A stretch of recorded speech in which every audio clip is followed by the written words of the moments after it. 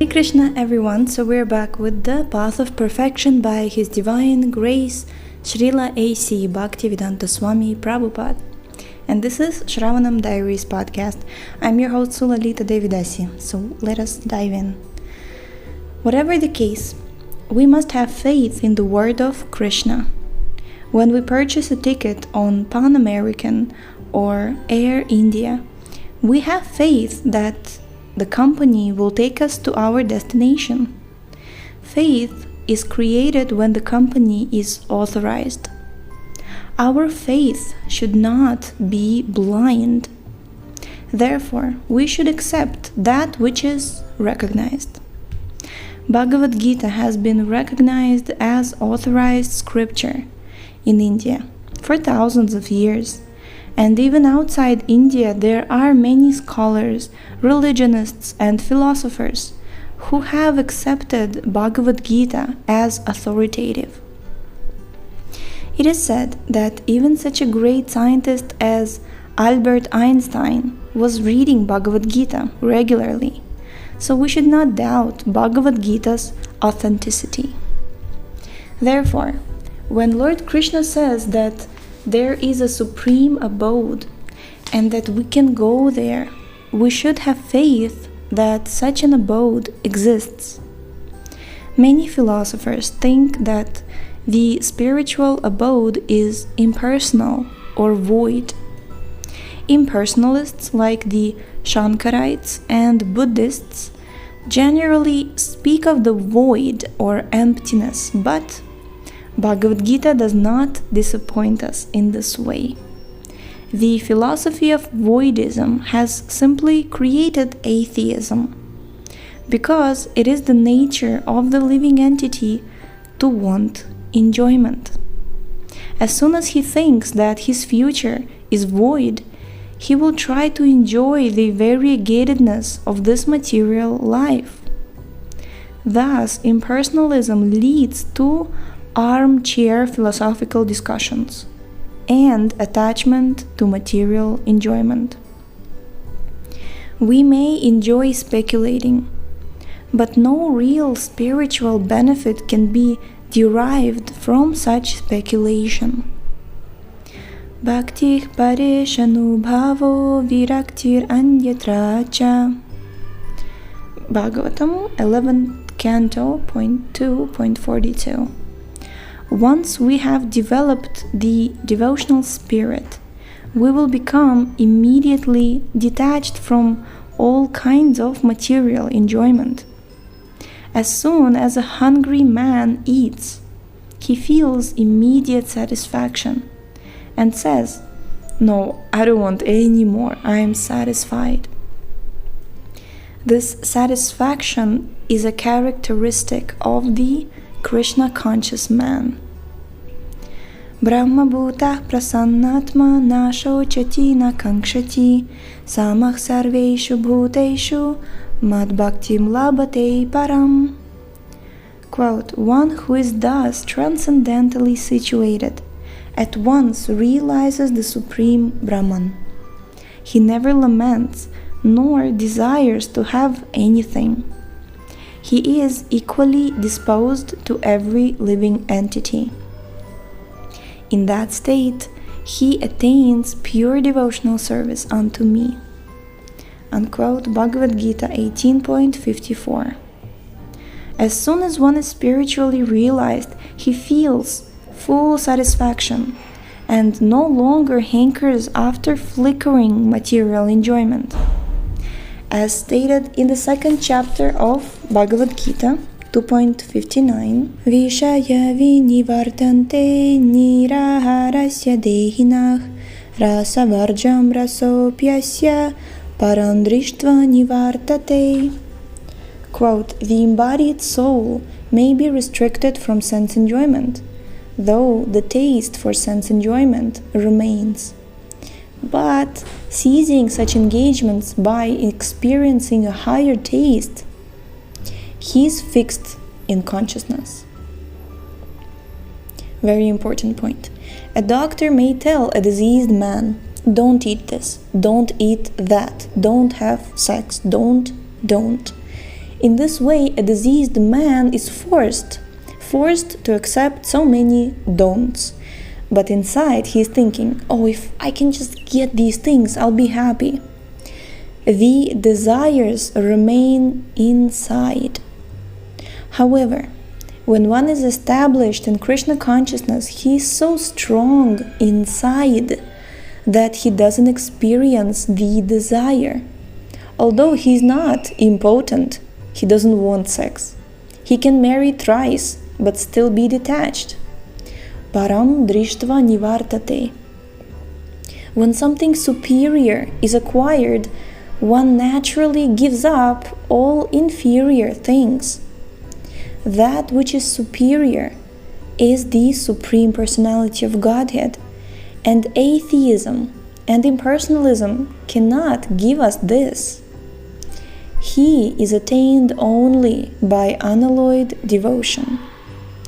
Purushah sa parah partha bhaktya labhyastvananyaya yasyantah sthani bhutani yena sarvam idam tatam.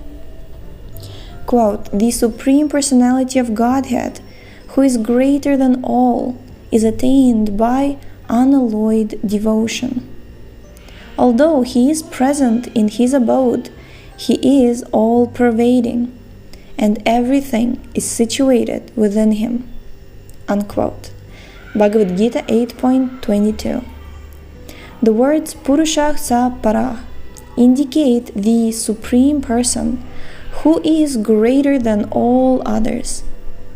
This is not a void speaking, but a person who has all the characteristics of personality in full. Just as we are talking face to face, when we reach the Supreme Abode, we can talk to God face to face. We can play with Him, eat with Him, and everything else. This state is not acquired by mental speculation, but by transcendental, loving service, bhaktya labhya. The words tvananyaya indicate that this bhakti must be without adulteration. It must be unalloyed. Although the Supreme Personality is a person and is present in his abode in the spiritual sky, he is so widespread that everything is within him. He is both inside and outside. Although God is everywhere, he still has his kingdom, his abode. The sun may pervade the universe with its sunshine, yet the sun itself is a separate entity. Okay.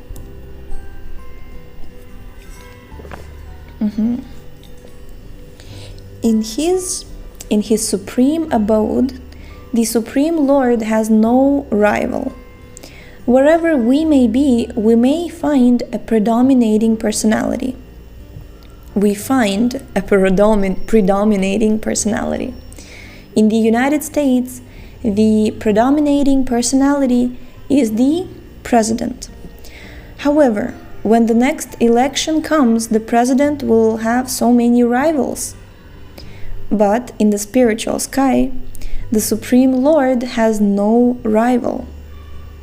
Those who want to become rivals are placed in this material world, under the conditions of material nature.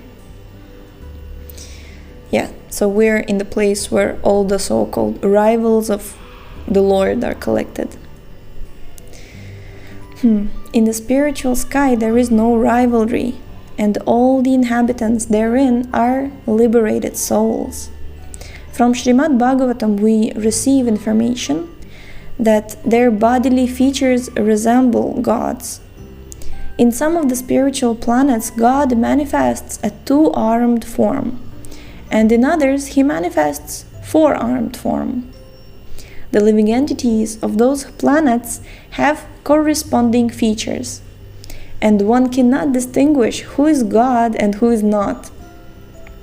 This is called Sarupya Mukti, liberation, wherein one has the same features as the Lord. There are 5 kinds of liberation. Sayujya, Sarupya, Salokya, Sarshti, and Samipya. Sayujya Mukti means merging into God's impersonal effulgence, the Brahma Jyoti.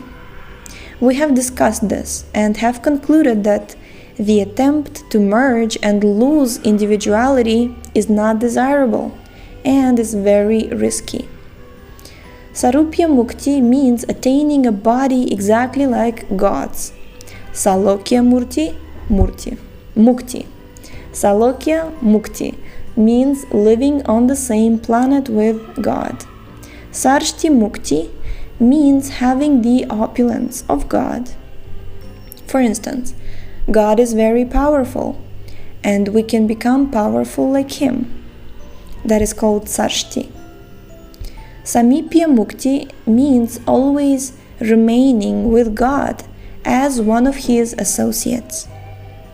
For instance, Arjuna is always with Kṛṣṇa as his friend, and this is called Samipya Mukti.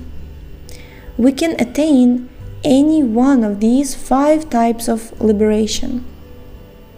But out of these 5, Sayujya Mukti, merging into the Brahma Jyoti, is rejected by Vaishnava philosophy.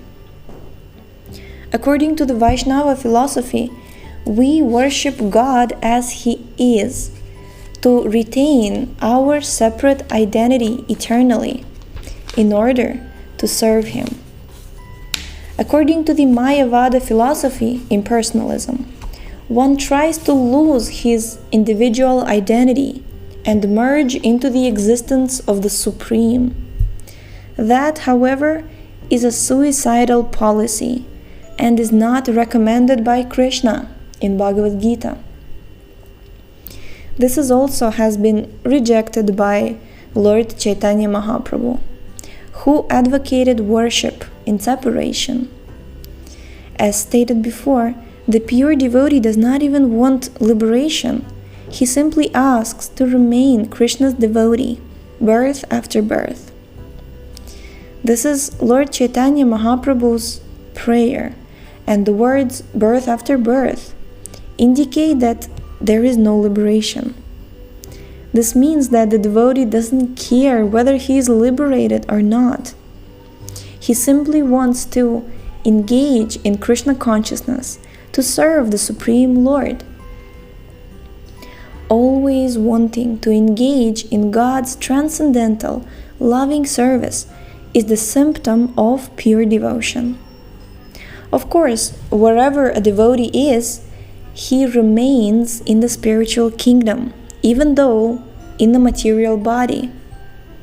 On his part, he does not demand any of the 5 types of liberation, nor anything for his personal superiority or comfort.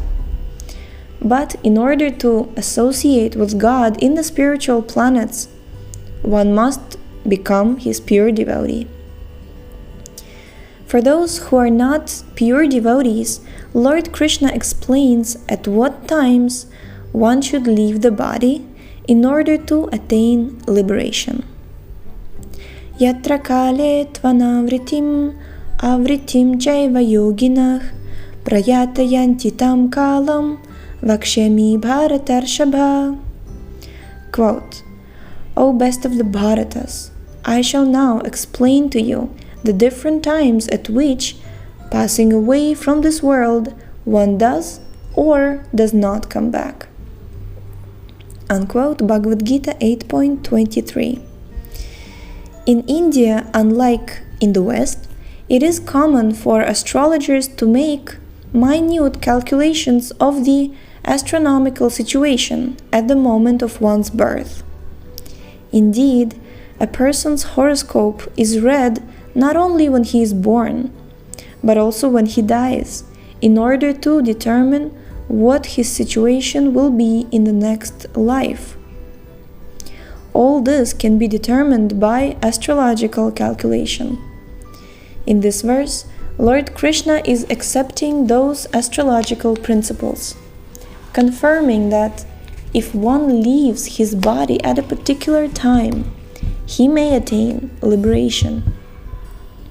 if one dies at one moment, he may be liberated, or if one dies at another moment, he may have to return to the material world. It is all a question of chance, but so-called. It's all a question of quote-unquote chance, but that chance, some way or other, is what one has. For the devotee, however, there is no question of chance. Whatever the astrological situation, the devotee in Krishna consciousness is guaranteed liberation. Jai, this is something. You see, this is where devotees go beyond astrology. It's right there. Jai, Haribol, Haribol. Yeah, I remember also Srila Prabhupada said that this whole concept of chance and accident is not for devotees, it's for demons and atheists. Like, accidental means there is no higher, there is no God behind everything who controls everything. So if they just decide to deny everything, then it's all karma, it's all purely modes of material nature, it's accidents. But for the devotee, because he's conscious that the Lord is in control of everything, right? Not a blade of grass moves without the will of the Lord. Maya dyakshena prakriti suyate sacharacharan. So it's all material nature, karma, it's all under the control of the Lord. And wow, this is, Prabhupada just said, whatever the astrological situation, the devotee in Krishna consciousness is guaranteed liberation. Haribol.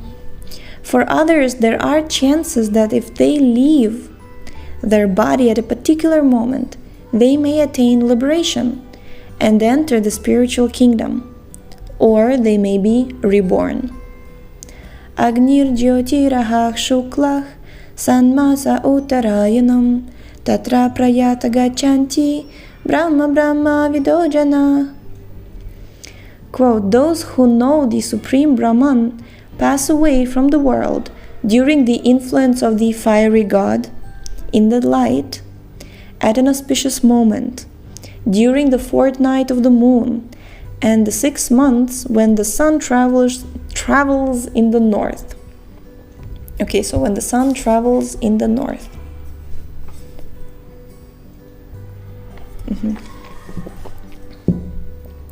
Bhagavad Gita 8.24. As we all know, the sun's movements are different. 6 months it is north of the equator, and 6 months it is south. The sun is also moving according to Vedic calculations. And from Srimad Bhagavatam, we are informed that the sun is situated at the center of the universe. Just as all the planets are moving, the sun is also moving at a speed calculated to be 16,000 miles per second. If a person dies when the sun is in the northern hemisphere, he can attain liberation. This is not only the verdict of Bhagavad Gita, but also of other scriptures. Dhumo ratris tatha Kṛṣṇa sanmasa dakshinayanam tatra chandramasam jyotir yogi prapya nivartate. The mystic who passes away from this world during the smoke, the night, the moonless fortnight, or in the 6 months when the sun passes to the south, or who reaches the moon planet, again comes back. Bhagavad Gita 8.25. No one can say when he is going to die. And in that sense, the moment of one's death is accidental. However, for a devotee in Krishna consciousness, there is no question of accidents. Shukla Krishna gati hyete jagatah shashvate mate ekaya yatyanavritim anyaya vartate punah. Quote, according to the Vedas, there are two ways of passing from this world, one in light and one in darkness. When one passes in light, he does not come back. But when one passes in darkness, he returns. Unquote, Bhagavad Gita 8.26. The same description of departure and return is quoted by Acharya Baladeva Vidyabhushana from the Chandogya Upanishad.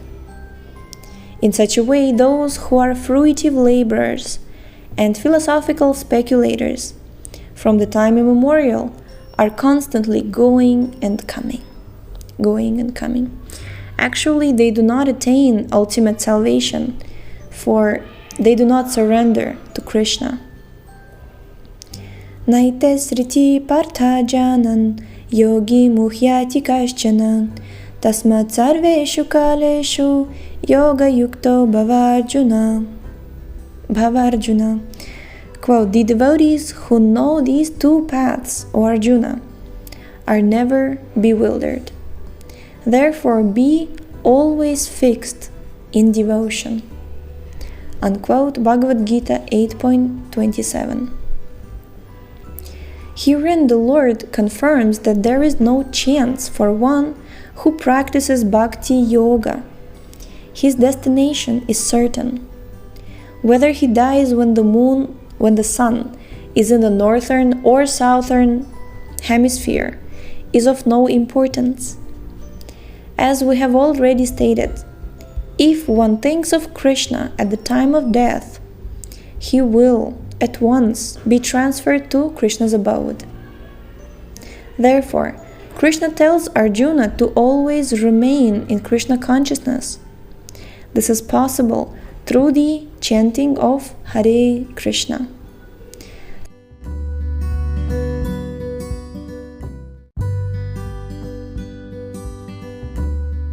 Since Krishna and his spiritual kingdom are non-different, being absolute, Krishna and his sound vibration are the same.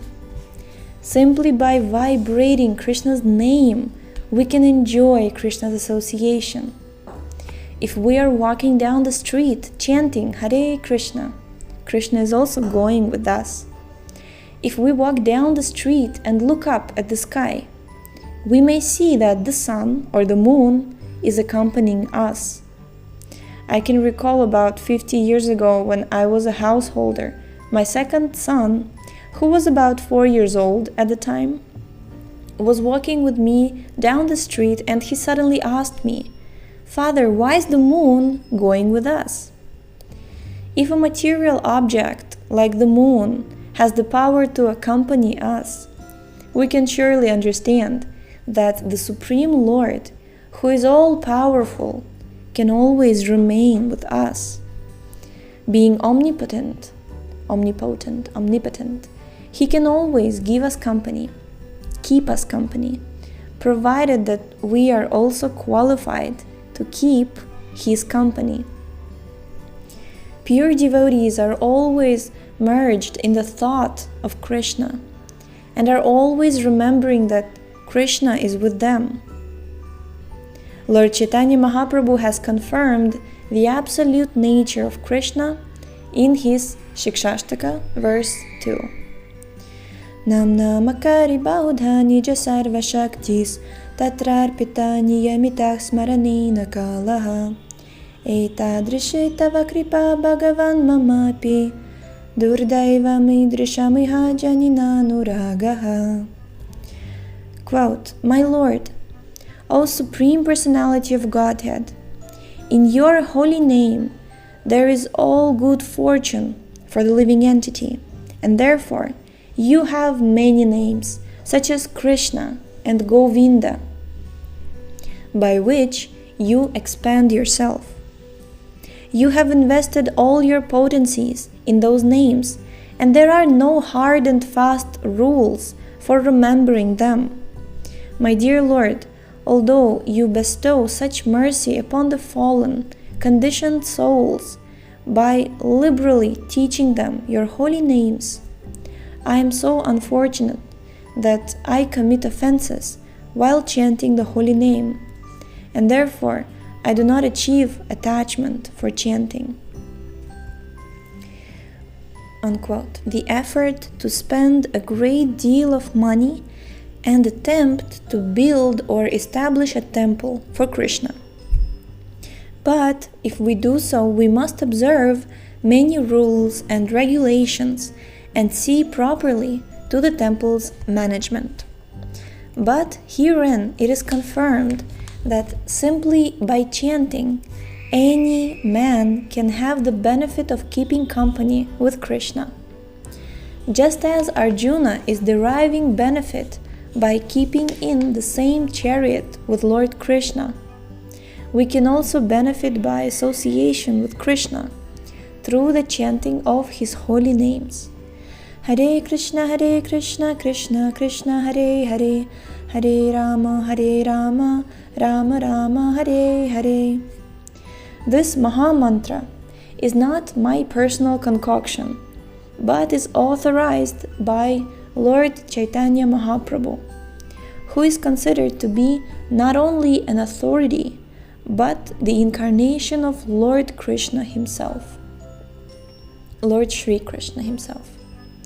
It was Lord Chaitanya Mahaprabhu who said, "O Lord, you are so kind to the people of this material world that you expand yourself in your holy name so that they can associate with you."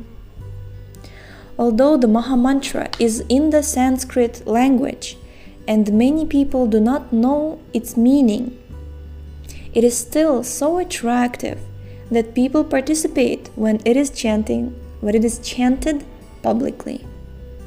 When chanting the Hare Kṛṣṇa Maha Mantra, we are completely safe, even in this most dangerous situation.